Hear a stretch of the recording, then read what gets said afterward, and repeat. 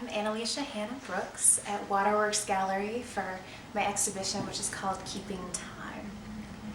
This painting is called Untire of Knots, and it operates on a couple of levels. On one hand, it's a painting of my sister.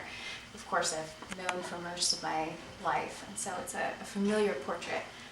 It's also based on sort of an icon tradition of the idea of untangling thread as an image for different directions in life's paths or different obstacles to be untied.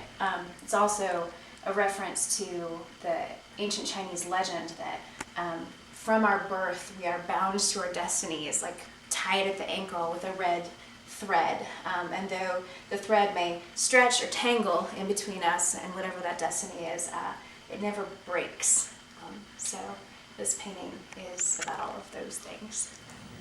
These little paintings that I've been working on recently are sort of little icons, little individual meditations on single objects that have a lot of meaning in a small amount of space. So this key here again references sort of that red thread of destiny, and it's the key to the studio that I share with my husband.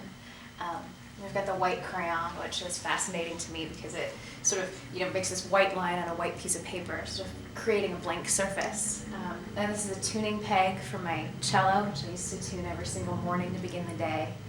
It's the peg for the A strings. The painting's called A. The little ticket, which I think we all have our own connotations for. The idea of fortune. All these large ideas sort of contained in small objects. They're like little pocket-sized icons. And in a slightly bigger way, these are my husband's wedding shoes. He got married in these this summer. It's a painting of my grandfather. It's called Dream of Days Gone By. And I've had the pleasure of painting him while sitting in his living room, and he tells me stories about his long life.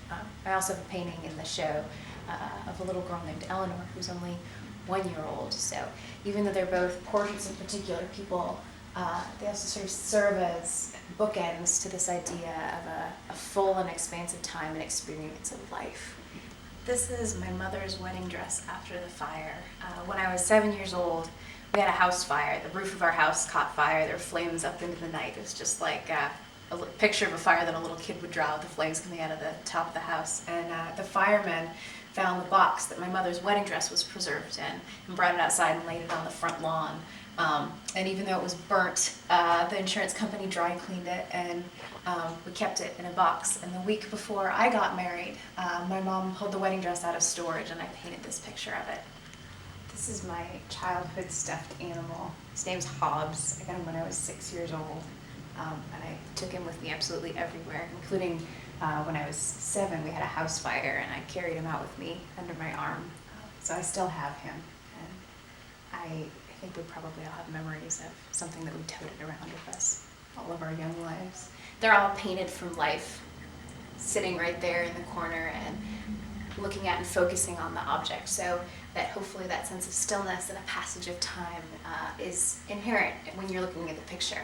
Not just an instant, but a span of time of looking.